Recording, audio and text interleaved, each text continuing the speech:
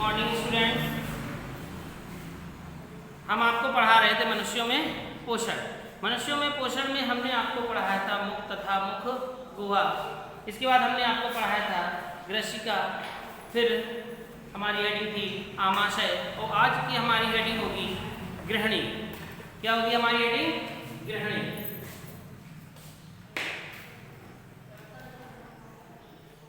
जैसे हम कह सकते हैं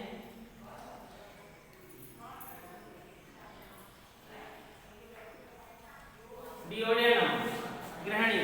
गृहिणी क्या है? यानी कि जो चीज को ग्रहण करे उसे गृहिणी कहते हैं। क्या है गृहिणी? तो हम समझेंगे आज। लिखेंगे आमाशय से भोजन छोटी आंत, आमाशय से भोजन छोटी आंत के अग्रभाग, छोटी आंत के अग्रभाग गृहिणी में पहुंचता है। आमाशय से भोजन छोटी आंत के अग्रभाग गृहिणी में पहुंचता है। गृहिणी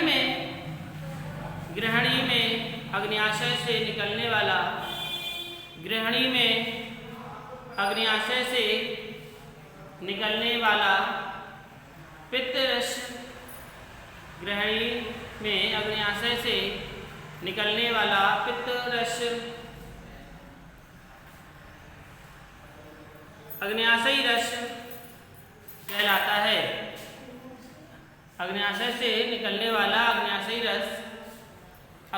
रस कहलाता है तथा यकृत से निकलने वाला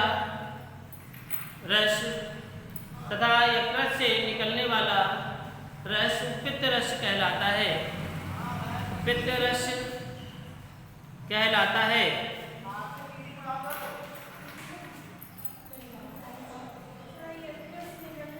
रस पित्तरस कहलाता है। अग्न्याशय तथा यकृत, अग्न्याशय तथा यकृत दोनों महत्वपूर्ण ग्रंथियां हैं। अग्न्याशय तथा यकृत दोनों महत्वपूर्ण ग्रंथियां हैं। पित्तरस में कोई एंजाइम नहीं होता है। पित्तरस में कोई एंजाइम नहीं होता है, फिर भी भोजन के पाचन में, पित्तरस में कोई एंजाइम नहीं होता है, फिर भी भोजन के पाचन में इसकी महत्वपूर्ण भूमिका होती है। फिर भी भोजन के पाचन में इसकी महत्वपूर्ण भूमिका होती है, क्योंकि यह भोजन के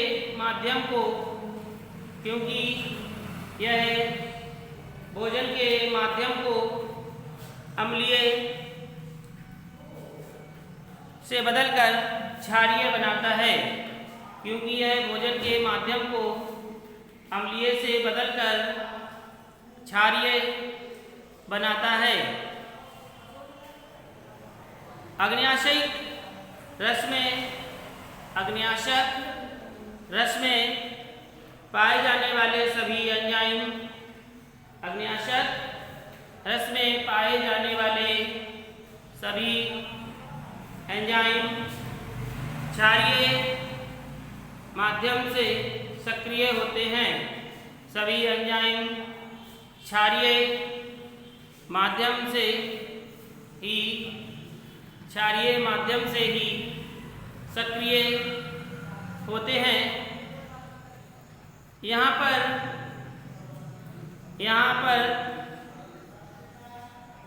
काइम में अग्न्याशयिक रस में उपस्थित, यहाँ पर काइम में अग्न्याशयिक रस में उपस्थित एंजाइम्स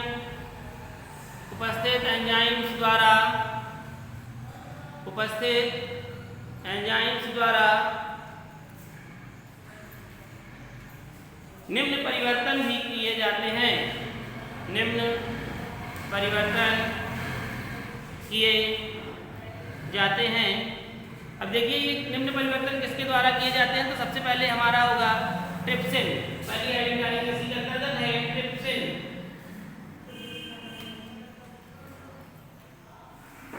ट्रिप्सिन हेडिंग डालेंगे।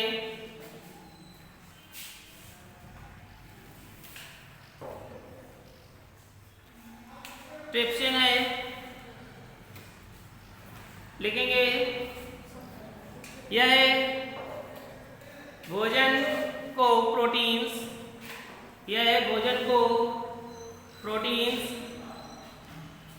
कॉमा पेप्टोन्स आदि पर, यह भोजन की प्रोटीन्स, देखिए भोजन में प्रोटीन्स होता है, तो जो भोजन में प्रोटीन्स होता है तो जो ट्रिप्सिन है उसी पर कार्य करता है। तो यह भोजन की प्रोटीन्स कॉमा पेप्टोन्स आदि पर क्रिया करता है, आदि पर क्रिया करता है। यह अग्न्याशिक रस में, यह अग्न्याशिक रस में ट्रिप्सिन नोजन के रूप में होता है। यह अग्न्याशिक रस में ट्रिप्सिन नोजन के रूप में, ट्रिप्सिन नोजन के रूप में होता है तथा क्षारीय माध्यम में, तथा क्षारीय माध्यम में सक्रिय होता है, तथा क्षारीय माध्यम में सक्रिय होता है। तो आपको ट्रिप्सिन कुछ समझ में आया कि ट्रिप्सिन क्या है। ट्रिप्सिन एक ऐसा पदार्थ है जो हमारे शरीर में क्या गई, प्रोटीन्स पेप्टोन्स, तो उस पर ये क्या करता है, क्रिया करता है, और क्रिया करके यह अग्न्याशिक रस में के रूप में होता है, तो क्षारीय माध्यम में ये सक्रिय होता है ना, क्षारीय, अम्लीय में नहीं, क्षारीय में। क्षारीय का स्वाद कैसा होता है, नमकीन। ठीक है, अब दूसरी हेडिंग इसी की लिखेंगे लाइपेज। लाइपेज ये भी एक प्रकार का एंजाइम है। लाइपेज, लाइपेज क्या है, लिखिए यह भोजन की वसा पर क्रिया करके, यह भोजन, अब देखिए भोजन में वसा गई यानी चिकनाई गई, यह भोजन की वसा पर क्रिया कर उसे वसीय अम्ल एवं, यह भोजन पर क्रिया कर उसे वसीय अम्ल एवं ग्लिसरॉल में बदल देता है, वसीय अम्ल एवं ग्लिसरॉल में बदल देता है।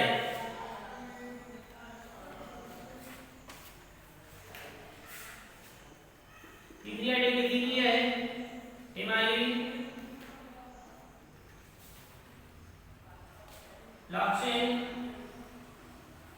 इमाइलॉक्सिन या इमाइलेज।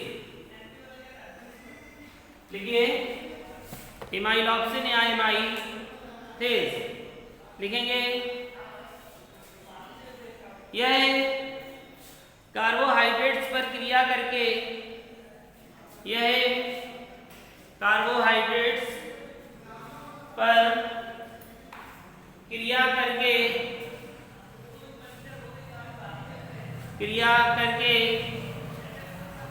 उन्हें माल्टेज एवं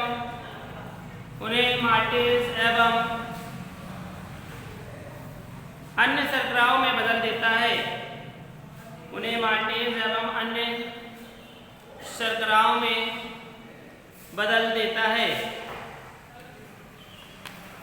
शर्कराओं में बदल देता है। अब देखिए आपकी थी ग्रहणी, तो ग्रहणी में आपको सभी कुछ समझ में आ गया होगा।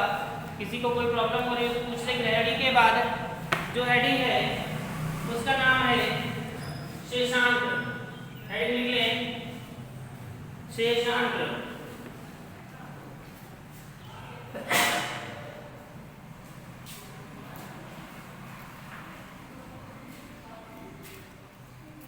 शेषांक जिसकी इंग्लिश में कहते हैं एलम।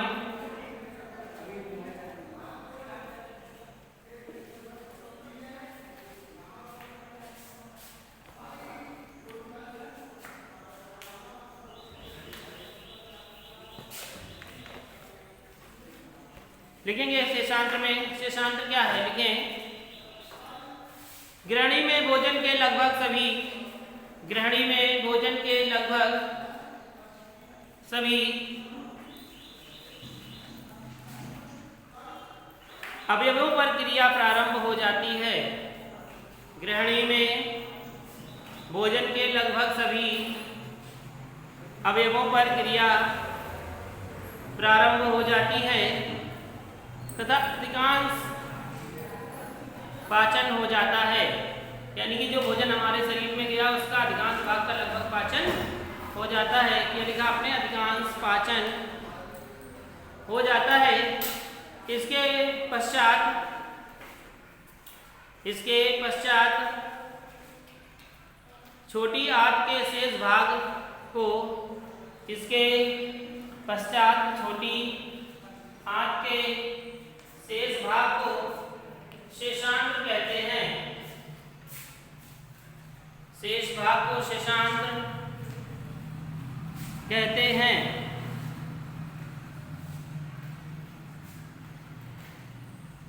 इसमें उपस्थित ग्रंथियों द्वारा स्त्रवित रस, इसमें उपस्थित ग्रंथियों द्वारा स्रावित रस अपने भोजन पर क्रिया करते हैं। स्रावित रस अपने भोजन पर क्रिया करते हैं। जैसे लिखेंगे, इसके अंतर्गत लिखेंगे जैसे सुक्रोज, सुक्रेज, सुक्रेज, यह शर्करा को ग्लूकोज में बदल देता है। यह शर्करा को ग्लूकोज में बदल देता है। यह शर्करा को ग्लूकोज में बदल देता है। इसी प्रकार से दूसरा है हमारा लैक्टेज। लैक्टेज है, यह लैक्टेज, यह लैक्टोज, यह लैक्टोज शर्करा को ग्लूकोज में बदल देता है। Number 3 maltase. माल्टेज, यह माल्टोज शर्करा को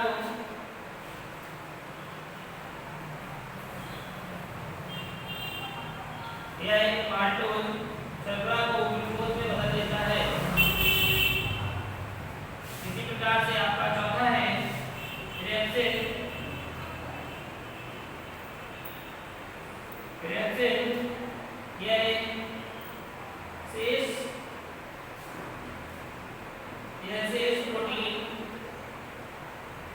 शेष प्रोटीन तथा उसके अवयवों को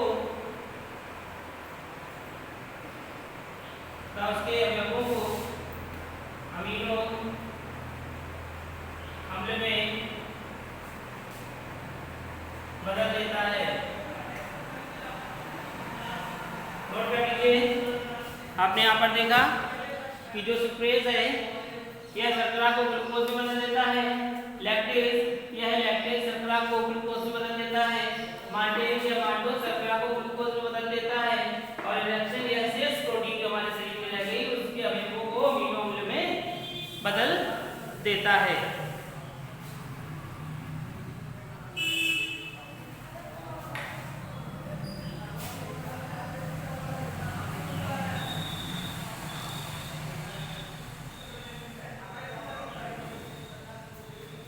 ये सभी का नोट हो गया होगा, हो गया।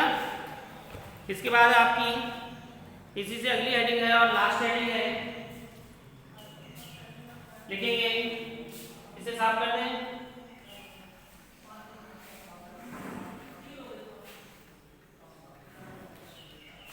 ये है आपकी बड़ी आंत, गुदा तथा गुदा द्वार। हेडिंग है आपकी बड़ी आंत, गुदा तथा गुदा द्वार।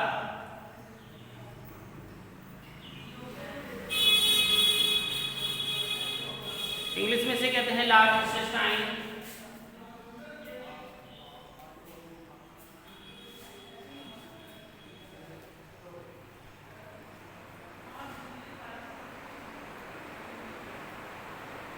rectum and anus। नोट कर लीजिए।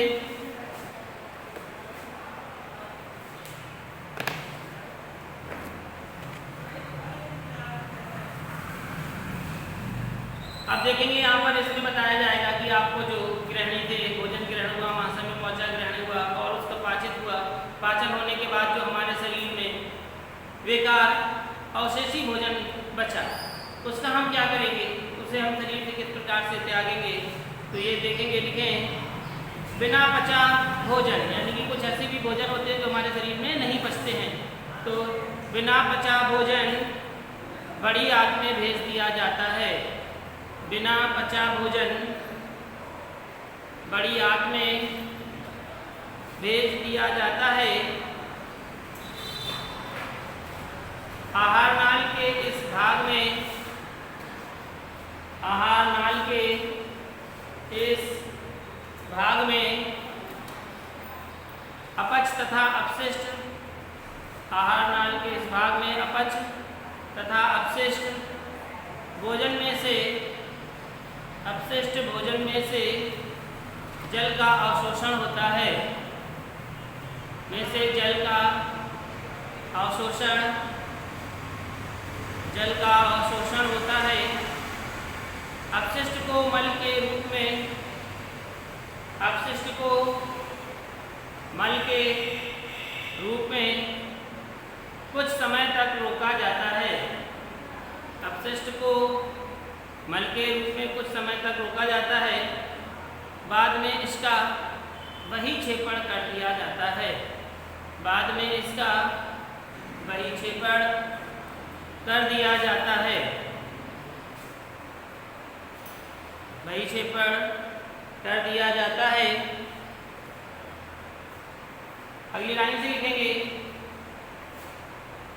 आहार नाल में भोजन के आगे बढ़ाने की क्रिया, आहार नाल में भोजन के आगे बढ़ाने की क्रिया मुख्यतः क्रमाकुंचन, मुख्यतः क्रमाकुंचन नामक गति के द्वारा, क्रमाकुंचन नामक गति के द्वारा संपन्न होती है। क्रमाकुंचन नामक गति के द्वारा संपन्न होती है। इसमें पचा हुआ भोजन, लेकिन इसमें पचा हुआ भोजन अवशोषित होकर, इसमें पचा हुआ भोजन अवशोषित होकर कोशिका के जीव द्रव्य तक पहुंचता है, कोशिका के जीव द्रव्य तक पहुंचता है। इस क्रिया को स्वांगीकरण कहते हैं, इस क्रिया को स्वांगीकरण कहते हैं।